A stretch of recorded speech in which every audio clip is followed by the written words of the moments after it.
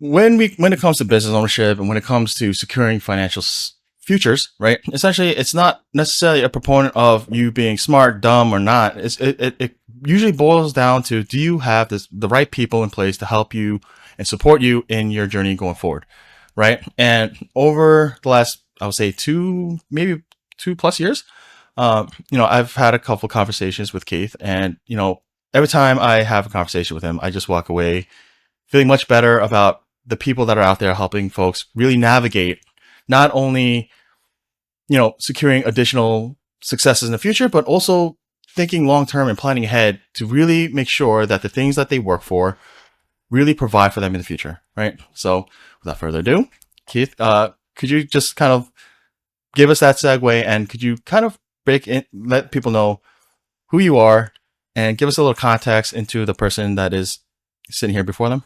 Yeah, sure. Thank you for having me, Alex. And yeah, feelings are mutual. So every time I talk to you, I just feel really good about our conversation. I feel like I'm in a better place than before talking to you. So thank you for having me here. Yeah, my name is Keith Kim. I run a financial decision advisory firm out of Atlanta, Georgia, and I've been in the industry for about 15 years. So I started um, actually as a B2B sales rep for back then one of the largest companies called Staples. So literally I was given a map, blank map, and then just like what drive around and just walk into any business you see on the right hand side. So apparently that's how UPS delivers your package. But from day one, my manager showed me this like communication skills and how he had these conversations, and that was really intriguing to me. And I felt like I learned something that I didn't learn in school. And we walked into this pharmacy, and he talked to the owner. He met for the first time, um, and we um, had our client there. So having experienced that, I felt like I kind of had the like immune shot for my career. Like it's yes, it is difficult. I didn't know what those type of jobs existed, but I'm really glad that I went through that. So after that, we went to South Carolina, opened up an office. It was seven of us, but I had to come down to Atlanta for various reasons.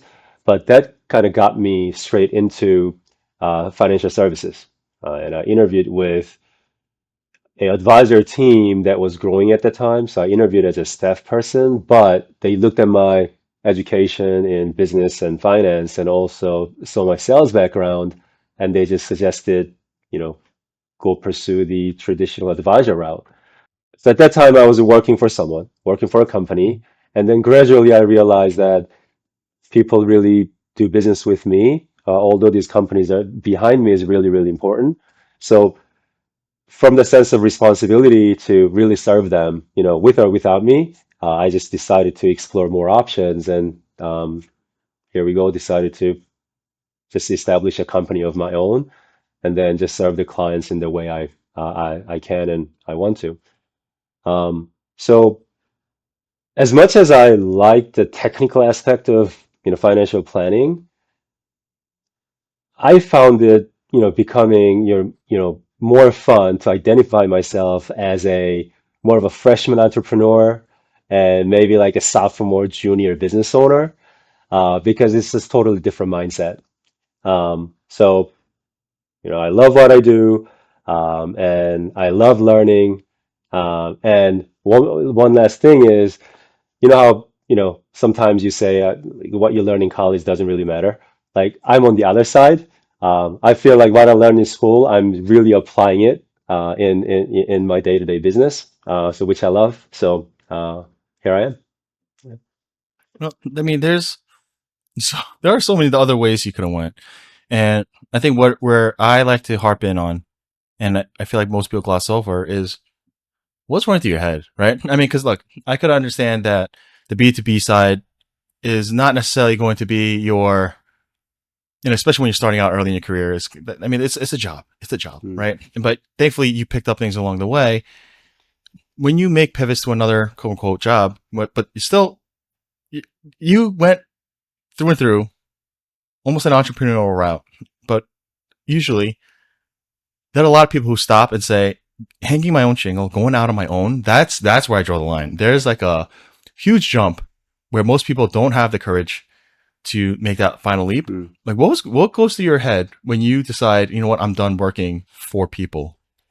Yes, that's a good question. So I think going back to my sales days, one thing I realized was if you are willing to initiate relationships, develop relationships, if you're actually willing to like walk in to initiate it, and if you do your job right, like you can benefit the customer and you can also benefit the company you're representing and you can also benefit you and your family. So it's really a win-win-win situation. Although ironically, initiating that relationship building, somebody has to do it and it's really hard to do it. So I kind of had that, I kind of learned that early in my career that, oh, this is probably one of the most valuable skills to have. And better yet, you can learn this, right? Mhm.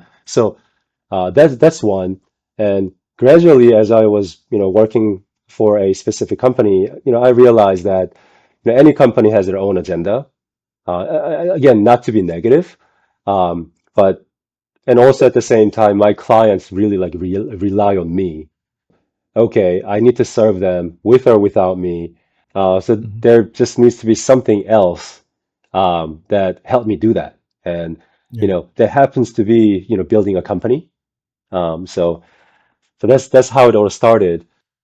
There's also a thing where I think culturally, where a lot of us, well, for me, I'm second generation, and I just grew up where entrepreneurialism was the route to survival. There was no, like, for most of our parents, there wasn't a, oh, I learned the language quickly and we Mhm. figured it out. Some of our friends' parents, yeah, they got into a company of some kind, or started a doctor's office or whatever.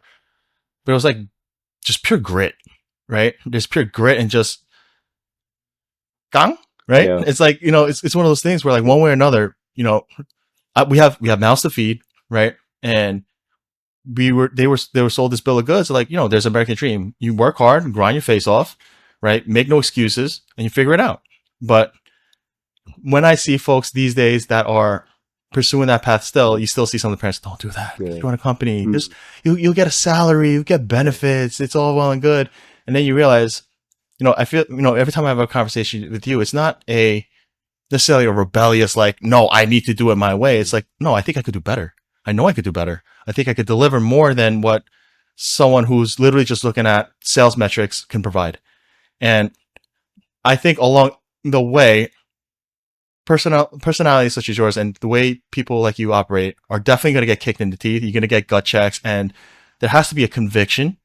Is my assessment, right? But these are all generalization assumptions. Um, what are some of the things along the way where you just, you know, what are some of the things that kept you up at night along this journey? Or like, what are the times where you really just got that gut check and you're like, did I make a mistake? Oh yeah, I mean, from very early on, like, now I jokingly say, when I was working for Staples, I sold a whole lot of boxes of blank paper, right, and ink cartridges. Now, when I got into this financial industry, now I'm selling completely different type of paper. All the Mhm. documents filled with fine prints and legal contracts and everything. So, you know, at first, it's just a lot of education because so unlike you, I consider myself like 1.5 generation. I don't know if it's just Mhm. even a thing anymore, but Mhm. I didn't grow up in the system like financial system in the US. So I always had this back of my mind like, do I have enough, right? So when I advise people, it's is it really like, am I overpromising, right? You know, purely mostly coming from my like inexperience in actually Mhm. doing it. So that really kept me up at night. And you know, as time goes on, I found that like academically, I'm driven academically, so I just kept studying. Just try to learn as much as I can, and try to borrow other people's knowledge, and just really internalize it, and just use it, and just learn how to communicate.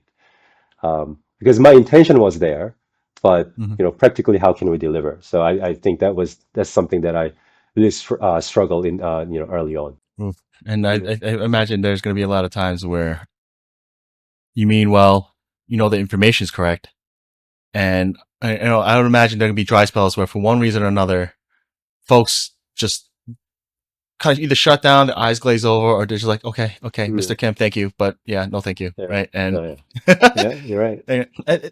it's what I tell all the folks too is like, a lot of people, grow up thinking, get a corporate job, get do this, do this, do this, this, this, and then the salesperson is the ick. Mm. The salesperson is the ick. I'm like, no, no, understand that sales and marketing is fundamental to life, right? And this comes from someone who also said, Mm. this is stupid. This is woo woo.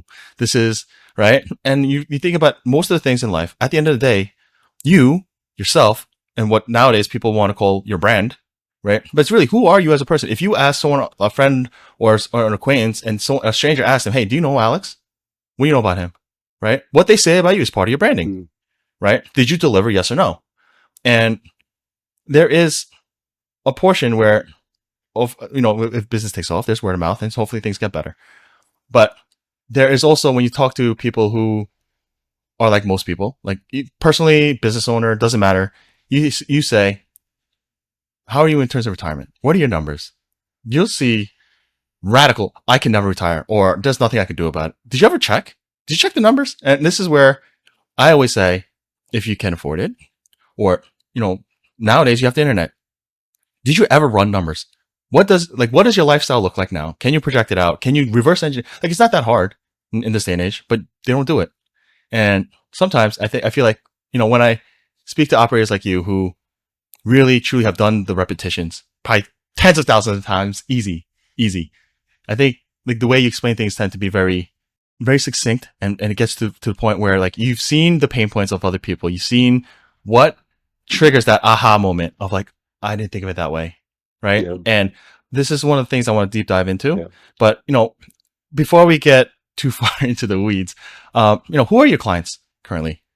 So we primarily work with private and family business owners and family enterprises, and I call them entrepreneurs and intrapreneurs.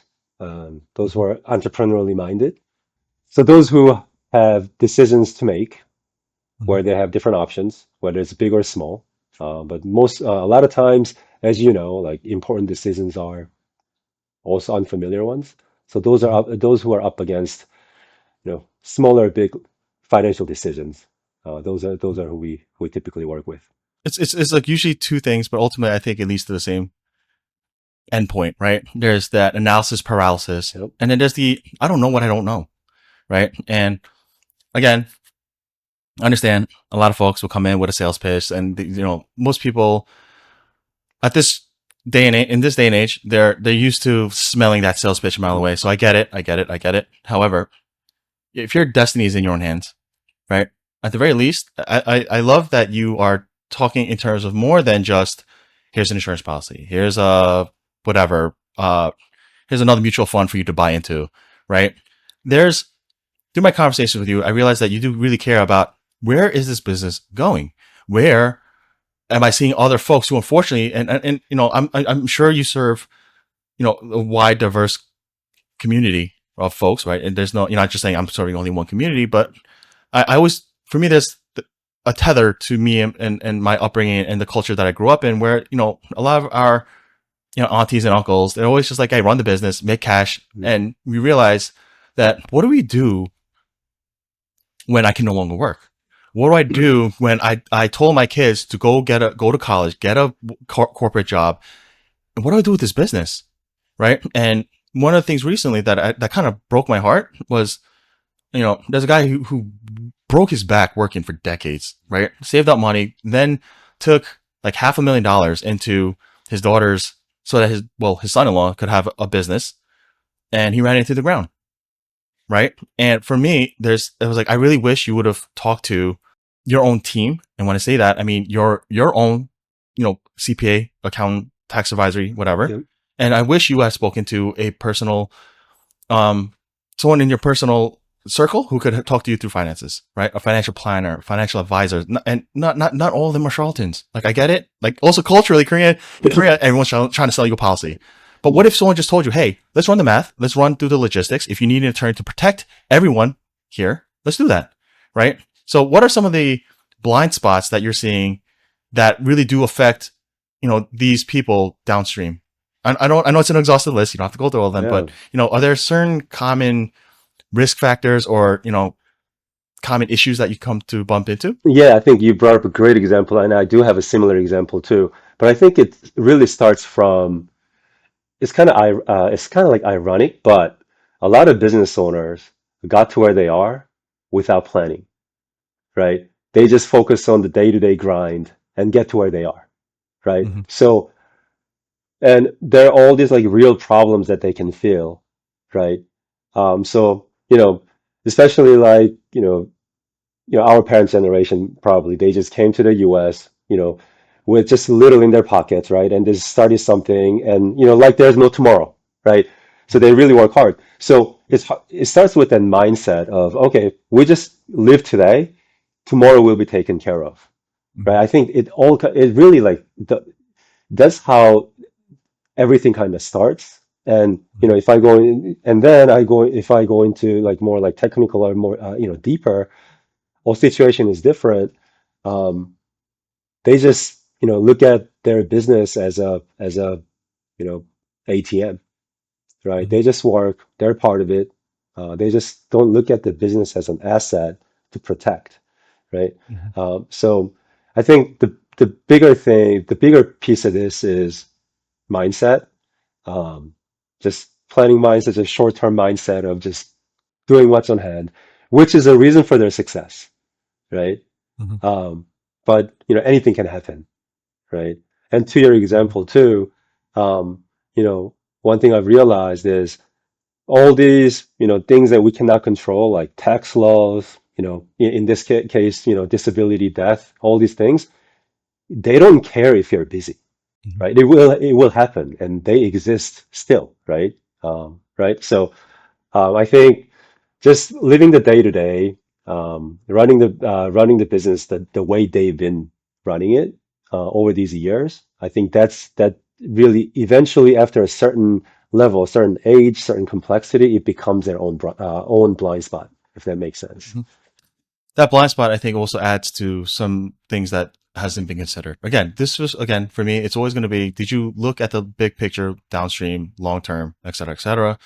And part of the things that now that a lot of these folks are either wanting to or needing to retire, there's that common conversation where business has been great for so long. There's that almost there's complacency for sure, and then there's that this business is running so great. Like, how could things go wrong? And then they realize when I go to sell my business, no one wants to give me what I think I deserve, Yeah. right? And for me, my first thing is like, I know for sure your bookkeeping's not on point. Your financials don't mean anything. There's no realm of reality where, yeah, people might look at your business and be like, oh, it looks to be doing a lot of work, like business. Looks like revenue should be okay. But I don't want to buy a business. Let's say, the business is worth, you think at least should be worth $5 million.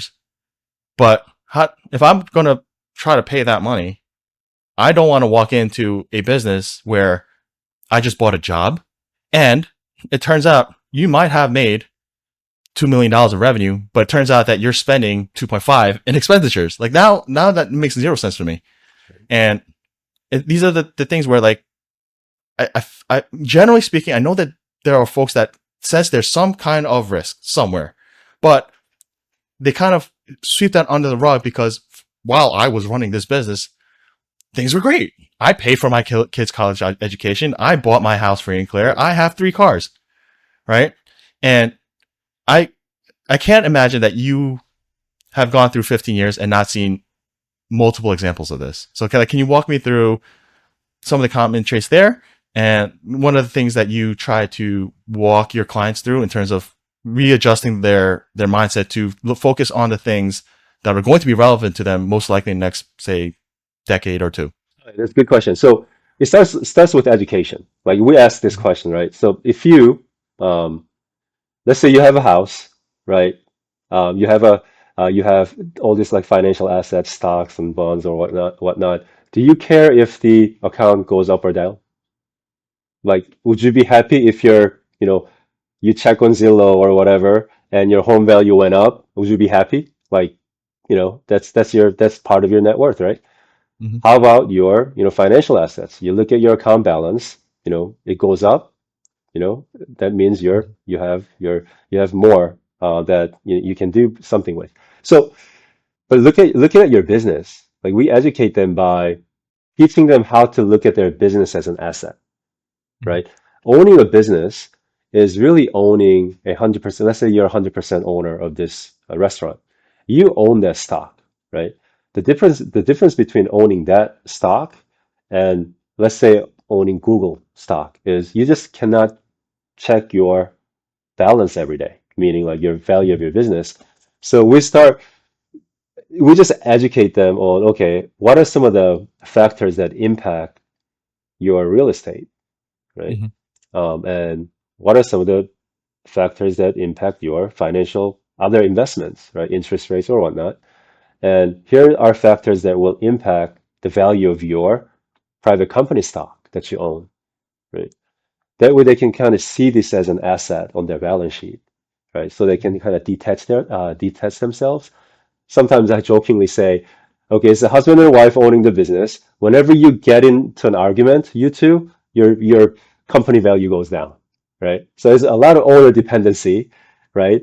And to your point, accounting and books, and they're not really aligned. And another thing too is as a business owner, their personal spending relies on their business, right?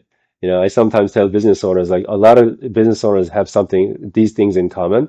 They look wealthy, they have a successfully running business, but they're personally broke, right? Mhm. Because they rely on their businesses. So, and a lot of business owners don't really know what they're actually spending at their personal level, right? Mhm. So sometimes I say, hey, if this is what you feel like you're spending, you at least need to double that because you see all these trips you took, right? Those business trips you took, right? That's Mhm. all part of the run through your business. But imagine that business is gone. Now your expense level is way different than what you think it is. So it's really more, helping them do the reality check to your point, Mhm. right? To help them understand where they are and what they really have. And all these things they already know. They just never have a time to, look at it in different angles. Yeah, and that makes sense, right? Because there's a lot of confusion when it comes to thinking I have X, Y, and Z. Again, Mhm. for me, maybe it's just as CPA minded, and I've seen enough times where you think you have a lot of money, or you think you're okay. But again, have you run the math? Have you run the forecast? For most people, those are just big words that some college educated moron is going to try to sell you stuff Yeah. with. But ultimately, it's just, if you were to map out your next 20, 30, 40, 50 plus years, right? How confident are you that A, you have enough money to survive through that, right? And also assuming that you don't necessarily have all that in cash, right? So to your point, let's say, oh, for decades, I put away money in these mutual funds. I found out what a Roth IRA was. Okay, perfect, great. How much is that? Did you factor in how much you've spent? Did you actually calculate what your lifestyle looks like? What about if you are in a situation where you have kids, right? Are there did you factor in the possibility that you might have to help pay for their college, their home, their marriage, their wedding rather? Right? What if they're grandkids? Do you want to go on vacation with the family? Are you going to pay for that? You might say hell no, but there's still some parents who are like, you know what? I might be If willing I to pay for a could, vacation or two, but how much does that cost? right, Right? And for me, then you just say, hey, now if I multiply that by the amount of years that I'm expected to live, hopefully you don't leave your spouse broke. right, Like, is there enough within a wiggle room? Or, and this is where we see more cases of it. I thought I was okay. Then money ran out, but then I realized I'm too old to do anything else. yeah, And now I'm left in a situation where I'm relying on Social Security like exclusively. And now what am I supposed to do? Right? This is like the nightmares that seem to be happening more and more often. It's really unfortunate. Where not I'm not saying all financial planners, financial advisors, and all in like that whole realm is all rainbows and butterflies either. But I would think that you find a respectable one, right? It's easier for you to have at least a better assessment of an inventory of where you stand, yeah. so that you can future plan. That's right. I mean, it's just like, you go to see your physician every year to get a checkup. It's Mm-hmm. good to have a checkup and see, it's good to know that some it's I guess it might be just at the age I'm at, but it's good to confirm that you're healthy, right? Hmm. Um, you know, and maybe if there's, one or two things you have to do, like, drink more water or, sleep better, but just get yourself checked as to where you are. I think that is a starting point, right? And then there are a lot of calculators out there, Hmm. resources and tools out there, right? But just to your point, understanding where you are now, and Hmm. just imagine, all the things. If ideally, if ever, what did you like to do in your life, right? I Yeah. think you brought up a good point. Like you ask people, like many parents, they say, oh, they're once they go to college, they're on their own. Hmm. But having a conversation, like many parents who think that, oh, like I'd love to be able to support them, if Hmm. I could afford it, Hmm. right? So I think knowing the numbers is very important, and knowing your like ideal lifestyle is also important. The tricky part about like financial planning or planning for the future, I believe, is sometimes it feels like it's something that limits you, right? Hey, Hmm. you're doing all these things right now, but it feels like I have to give up something. But if you think about it, you know, your tomorrow will be eventually be your today, right? Hmm. So I think it's about finding the balance between like enjoying today and Hmm. enjoying tomorrow's today, right? So Yep. yeah, and Matt Well, I mean, for definitely me, has to support that. and I tend to be a little more brutal with my honesty. For me, there's like, you know what? Yeah, there's most likely going to be a trade off. But I'll tell you what, if you aren't accounting and planning for these things, I promise you, what you're going to give up in a couple of years' time is going to be astronomically more than you could afford, right? And that's just the honest truth, right? And one of the things that I hear pushback at, and for me, it's interesting because I don't have skin in the game. Like I'm not, like I have nothing to sell you. I'm just Mhm. letting you know from based off of what I've seen. But then still, it's like you look like you're 20, 30 years younger than me. What do you know, right? I built this business from 0 to 5 million a year, right? And my pushback is, yeah, but what got you to that point is different. There are levels to this, and what got you there isn't necessarily what's going to get you to the next echelon, right? It's not going to get you to the next tier. And when you are starting to think about a new chapter, a new phase, or transitioning into a different, season in your life, you need to understand, just like, hey, this guy has been doing my taxes for 30 years. And, right? For me, it's like, when was the last time you just paid a couple $100 or whatever it costs for someone else to look at your returns? When was the last time? Maybe you do have a financial advisor. Maybe you do have a financial planner. Maybe you have some kind of advisory service that you're subscribing to. When was the last time you had someone else take a look at that? Right? Because maybe the person you've been working with, or maybe your parents have been working with, even, or for the younger generations. Oh, my parents have used it for 50 years. Okay, that's great. I'm sure they're sweet. I'm sure they're whatever. But when's the last time you checked? Right? Because I'll, how many times have you seen it where, like, hey, they only charge 2 or 3% more, and then you run the math out, and that turned out to hundreds of thousands of dollars, if not more. Yeah. Right? And so, like, how do you handle those conversations where it's like I did fine by myself up until now, or I've been using these people forever. Like, how would you broach that conversation? Man, that's again great story there. I think the first part of that was actually one of the biggest blind spots we see with private and family businesses. They grow so fast, right? In many cases, right? Especially if they say that, oh, I've been doing this for a long time. I grew this from 0 to 5 by myself. On the flip side, though, I noticed time and time again that their advisory team around them, whether CPA, Mhm. attorney, whoever that's in their sounding board, those business owners actually outgrow them very quickly without even noticing it, right? Mhm. So all the advice that they get from those sources of advice, it's not enough to Mhm. support their growth, right? So letting them know that upfront, I think some business owners have already experienced that. But Mhm. sometimes it's just really education. So really meeting them where they are, right? So the second part of that question was, okay, how do we address those? So once we kind of look at a couple of things that they have, right? Like tax return, I'm sure you've seen it. So you get to identify some of the missing things, right? By nature of just, someone like us, we just, for example, like we meet with them, monthly.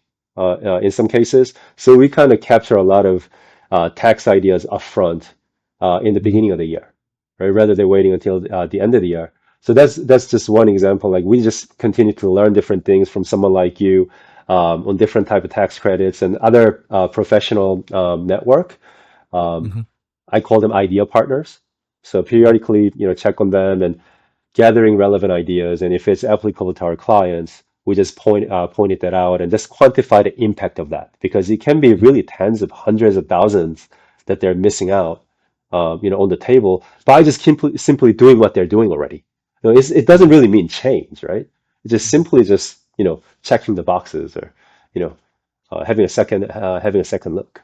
And then you have folks who are on the opposite side of the spectrum where, well, maybe it's not the opposite side of this spectrum, but it's, these people told me this. Those people told me that. They said I could write this off. They said I could expedite the deductions on this one. They said I could claim this, that, and third, da. They said. Now, there are going to be a greater like level of instances where I see folks where there's like an overload of information. Hmm. And one of the dangers that I see is you get the shorts, right? You get Hmm. the Reels version of it, Yeah. but you don't get the context of why, Right. and when is this appropriate, Right. right? Why does this work, and when should you not use it, right? So the one Right. thing that I mean, I still stand by it, but owning assets, buying assets, strategically planning your your your portfolios, your just your assets in general, your life, right? But the problem here is becomes I heard on TikTok, I heard on YouTube, I saw on Instagram. I'm like, but where does that fit in your overall True. tapestry, right? Yeah. And this is what gets me in trouble. Hmm. People start to like think I'm the naysayer. I'm like, no, I want you to do it. I just want you to understand the ramifications. I want you to understand that, hey, for instance, if you're gonna take all your oh my god, if you take your depreciation up front, you're gonna have to pay the bill at the end, Hmm. man, right? And so like that might still be the move to make, but understand the tax man's coming for you at the back end, right? So hopefully you make enough money and then some so that it's worth it, for instance. But also if you are planning out your portfolios, right? Hey, I have my Roth IRA. I have, maybe it's a solo 401k. Maybe I have this, that, and a third, right? Maybe it makes sense for me to transition some from one portfolio to the other. Maybe it's worth paying the taxes now so I don't hurt later, right? And there is this gap of where do these puzzles fit, Hmm. right? I think that's the point I'm trying to get to Hmm. is, are business owners, I'm sure there's a mix, right? So, I'm talking Sure. Yeah. generalities here, Hmm. but where are you seeing more of like over-informed business owners where, there's that analysis paralysis, like there's so much information where they're just kind of lost? I do. We definitely see that a lot, especially nowadays. They Mhm. gather this information. They're gathering information from different sources, and it's just an information overload. I think the problem there is it's good, if it's good information, that's great, but whether Mhm. it's relevant or not, now it's a completely different story. Because a lot of times, as like you might feel fine, but you go to see your physician and you get checked by your doctor will see your body and they might pick up on some things, right? It's the same Mhm. thing. Like if you're once you understand your situation and just the financial impact of decisions you're making or you're about to make or you've made, right? Mhm. And then add these new information on top of that, right? Same idea will have different impact, you know, Mhm. on different situations, right? You and I can make the same amount of money on paper, but our situations can be completely different, right? Mhm. So we see a lot of those. So I call it confidence gap. I've been thinking, um, you know, about this a lot because if you think about it, like you're a consumer, right, in most Mhm. part of your life, and me too, right? Like, yes, I provide this service in my professional life, but even in that or outside of it, especially, I'm more of a consumer myself. So, Mhm. if you think about it, there's so much information, but how confident am I to actually about my own ability, right, to Mhm. filter through everything and make sure that's really relevant to me, Yeah. right? A lot of And times and that makes not, sense, right? So right? Like, I mean, you brought up a great point. When you think of it from a consumer standpoint, the, there are going to be some who just says, everyone's buying this, good, done, just bought, right? But I think there are that many more people who are weighing all the bells and whistles. Oh, this has a new this, that, there. But it comes to a point where you really do have to separate the trees from the forest, the signal from the noise, and say, okay, out of all of these potential things that are cool and whatever, how much of it are like main priorities, and how much of them are like nice to have, and how much of them are just I really don't actually want this feature, right? Right. And you can you look this all up and research your way through it, or even AI your way into answers? Yeah, but wouldn't it be better to just have someone who's done their 100,000 reps and just say, look, these are your options. In my professional opinion, this seems to fit you the best. There are a lot of like you're still the captain of your ship, right? You make your decisions, you make the executive decisions, but at least he says, look, yeah, can those game plans work? Yes. Or maybe they won't. Right? Maybe they just outright won't. Right? Right. Because some people try to fit a square peg into a round hole, Mm. and you're like, dude, you're trying to make $1 million off of Yeah. a dollar, and it's not no, right? But I prefer that, right? Because again, analysis paralysis. There's a lot of information, and there's that confidence gap, Yeah. like you said. And sometimes, like, there are so many things I can do. I don't know what to do, and I think this is. I'm going to take a line out of your own page, right?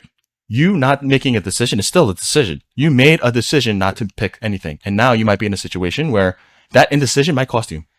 Totally. You're totally right. Yeah. Yeah. You know, let's talk about. I mean, we've been dancing around it. At some point, right? The funny joke is a business is kind of like a marriage. One way or another, it's going to end, whether it's through death or divorce. Yeah. Or in this case, either you die or you get rid of it. That does leave a lot of people in a weird situation, right? Where they have to come to terms with what does that mean for me. And me, I'm of the ilk of saying, hey, before you make that decision, when you even have the should I keep doing this? My thing is always going to be just like you like the medical example of did you get a checkup, right? And prepare yourself. It might not take that long, or it could be the next 5-10 years of your life is going to be really cleaning up this business to make sure that you can secure your future. But what are some of the things that you deal with when it comes to folks who are considering, leaving their business for one reason or another? And what are some of the pain points that you come across, and what are some of the things that you are helping them with? So that whole exit portion of it, Yeah. whatever you got, I want. Yeah. Yeah. I mean, I think you can, there, you're totally right. The business marriage will eventually end, right? You're going to exit your business 100%, right? It doesn't matter if you say, "Oh, I love my business. I don't see myself retiring from it," which I hear a lot. Like, it's okay, but whether you want it or not, it will end at some point. So you can just exit in two ways. One is a planned way, meaning just more of an intentional way in your own terms, or just unexpectedly, unplanned way. So because the business is likely as a single asset, it's the largest asset, right? It's first of all, it's important to understand what it's worth, first of all, Mhm, right? And that way you truly understand your overall like personal balance sheet, right? mhm, And that's really the starting point. And then, go through all the expenses and everything, everything like financial.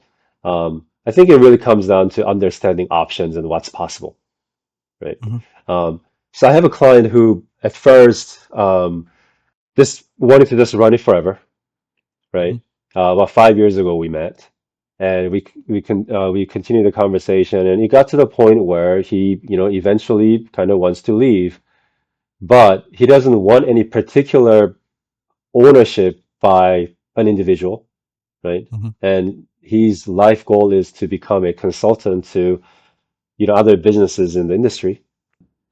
His philosophy is if I raise my kids well, they don't need my money. And mhm, if I raise them poorly, they're going to blow through my money. So either way, they don't need my money, right? So understanding his life priorities and just perspectives on life, we plan the exit and transition accordingly to really fit what he's looking for, right?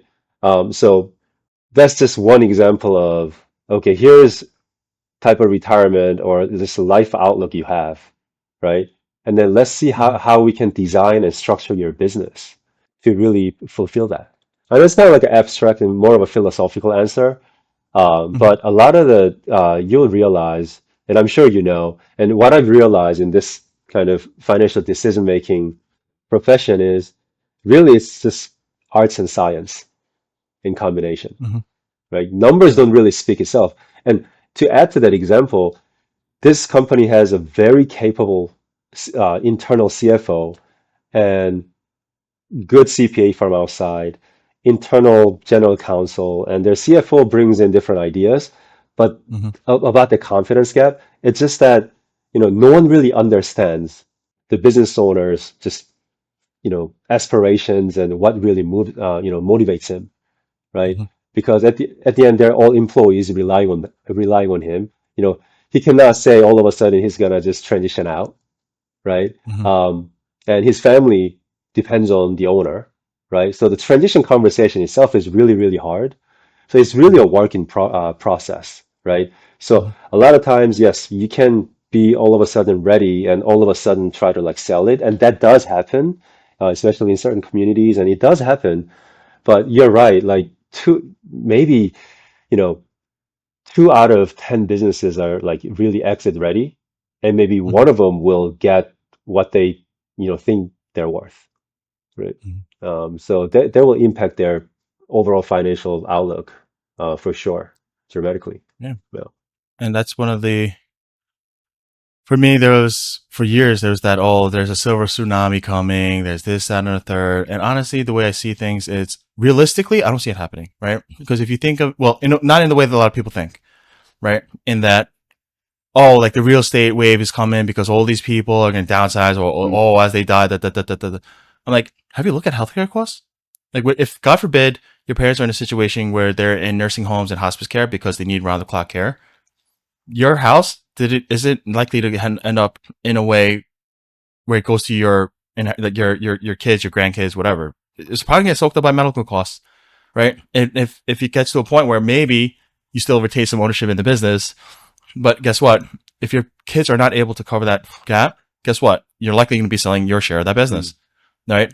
You're going to liquidate your assets, and now you're in a situation where I thought I was going to hand over my kids maybe millions of dollars of inheritance. right, That's all gone, right? right, And I want folks to start thinking about this, right? I want you to start planning ahead and saying, look, maybe I do just fully exit and take a stack of cash, and hopefully you'll have someone to guide me through the way, yep, right? And be able to stitch all these confusing ideas and concepts and strategies together in a way that custom fits me, right? Which is why I kind of like the way you approach this. It's not only the numbers. It's not just saying, hey, you need $8.5 million and 36 cents, right? It's based on your lifestyle. Like, how much does it mean? Like, how much does it mean to you to go on these vacations every year after you're done?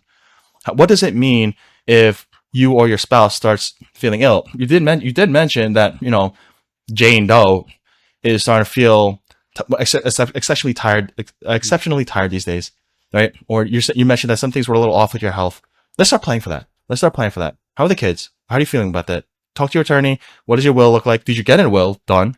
Right? For me, did you get your will made? Did you set up a trust? Does a trust apply to you? Right? Like, these are all the questions I like that you kind of start delving into as you understand their life situation. I know I rattled off a whole bunch of, examples, I but, love it. is there anything else that Anjan does that like traditional financial advisors don't?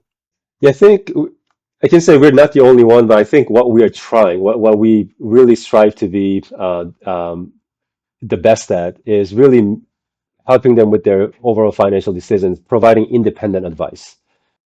Going back to the doctor example, like I wanted to build it from through my experience, I realized that, Mm-hmm. in this industry, I felt like it's more of a sales industry than a device Mm-hmm. industry. So like when you go see a doctor feeling worried about your health, you look up the WebMD, Yeah. all night, and you feel like, oh, this might be this. And you go to see your doctor, and your doctor say, hey, like you're fine. Just drink some more water, just sleep maybe a Mm-hmm. little bit better. And you might be just walk out there fine. But I Mm-hmm. felt like this industry, like I've experienced more that, there's always some sort of like prescription, Mm-hmm. right? And what we wanted to build a firm that can really tell them if they're fine, then you're fine. Just keep it up, keep up the Yep. good work. I wanted to be able to confidently tell them. right? Independently. Mhm. So I think that's really what we are doing best at, really meeting them where they are. So we have our own kind of discovery type of process, but I think that's what we do, what we think we do best. Mhm. And I can say we're not the only one, but I think that's where the industry is moving, and we just Mhm. want to, always stay ahead in the profession. So And as you go through this conversation, I kind of try to put I just, for some reason, I was having a hard time putting into words, but I think it's one of those ideas that people have said it, and now, I think you're walking that talk of a lot of folks personally and in business, we put blinders on, right? And we just kind of hope the problems go away. They'll mm, solve themselves, right? Again, usually from not knowing. There's a lack of knowledge. There's a not lack of understanding of where I'm at, where I need to be, and what do I need to reverse engineer to get there. And the fact that you are willing to pull the blinders off to say, it's not that bad. I'll walk you through. I'll show you the steps. I'll show you the strategies. It's that peace of mind of knowing, right? I think a lot of people will put stick our heads in the sand because it's scary, right? I don't know where I'm at. I hope I'm doing enough to yeah, be okay at the end. It's like, no, that's not, no, right? Let's just walk through in real figures and real statements and real terms where you're at, where you need to be, and how we could get there together. And in a way where, you look at all the factors that come into this. Where your financial planning done? Is the tax planning appropriate? Are all your, I call it the twilight planning, your wills, trust, estates, all that jazz. Does that all make sense? And do they all make sense together? For me, that is a key term here. Can you stitch them together in a way that it all fits? Because again, that's one thing that I think a lot of owners and people in general kind of slip by. right, that's right. My planner did this, my tax person did this, my attorney handled these, and then you look at it holistically and you're like, we have some cleanup to do. There's some reconciliations that need to happen. So I love that you are taking that additional effort to do that work. Because I mean, look, you could have just as easily say, hey, look, here's my standard operating procedure of, buy these, put this, balance that, dot, and it's not a one size fits all. So the idea that you are taking the additional effort to custom tailor these things for these folks, I think is really something that the industry needs a lot more of. Yeah, I think, yeah, thank you for the feedback. And I mean, I think we do two things really well. One is putting all the just coordination of all the sources of advice, whether it's a CPA attorney, we kind of we make them talk to each other through Mhm. us. So we coordinate their communication, so everyone's on the same page, because typically they don't really talk to each other. Um, and also the second thing is creating a plan that's really relatable to the clients, right? We Mhm. understand, why they do what they do, why they're good at what they're good at, and why they're, feeling missing in certain things. And Mhm. then, who impacts them, how they may usually make decisions. So understanding Mhm. their financial like decision ecosystem, right? Mhm. It has to be something that's actionable. And that's where the power is. So we are very intentional about creating a plan that they can take and really take action with to create real impact. I like it. Yeah.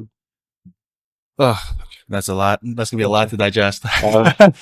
Uh, But in the meantime, right? Where actually, before we close out, yeah, there's a question I do like to ask folks. yeah. You know, you get to pick the point in time, right? But if you could go back and talk to your younger self, when do you think it would be, and or what would you tell them? Hmm. So I think maybe in the earlier part of my career, so I think there are two things, like personally and professionally. I guess partially because I'm kind of going through that phase right now. Something told me recently that you work so hard to become a leader in your industry, leader at your company in your professional life. However, how about your family where you're by default a leader? I Hmm. feel like I've kind of overlooked that. And also keeping up with all the friends that I really haven't contacted because I was so focusing on building this professional life.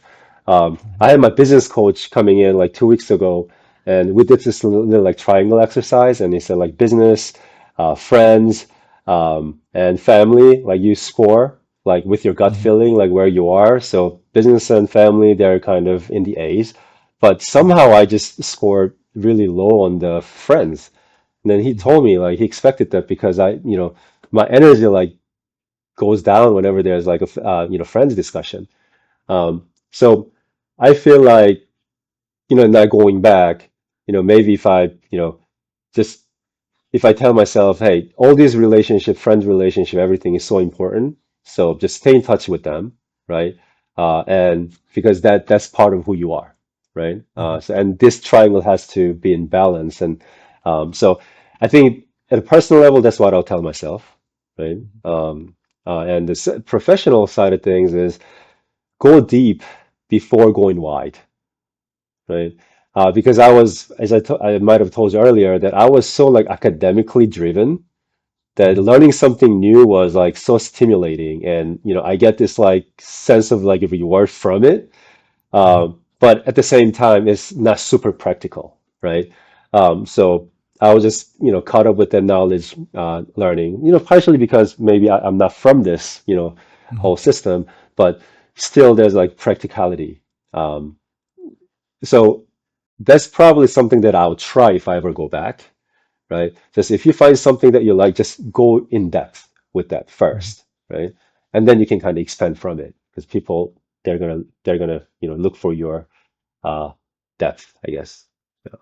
So Well, I mean, I think there is not going to be that many people who can say that they have avoided shiny object syndrome. That is, that's a that's a tough one, but I'm rooting for you. yeah, thanks, man. But for those who want to reach out or ask questions or connect, where can people find you? LinkedIn or my website. Yeah, I mean, I'll put the Yeah, links in the description, and yeah, I think we're at some point we're gonna have to probably do another recap to see how things have changed. Because, well, on a macro scale, I'm sure a lot of things will be very similar or the same, but I imagine as people continue to age out and laws and regulations change and things, this landscape is shifting massively. I imagine we're gonna have to have another discussion soon. yeah. I'd love to. I'd love to talk about it. Yeah, In yeah. the meantime, thank you guys for joining us. If you have any questions, come reach out. Otherwise, I'll catch you guys on the next one. Peace. Thanks, Alex. Thanks, everybody. Bye. Bye.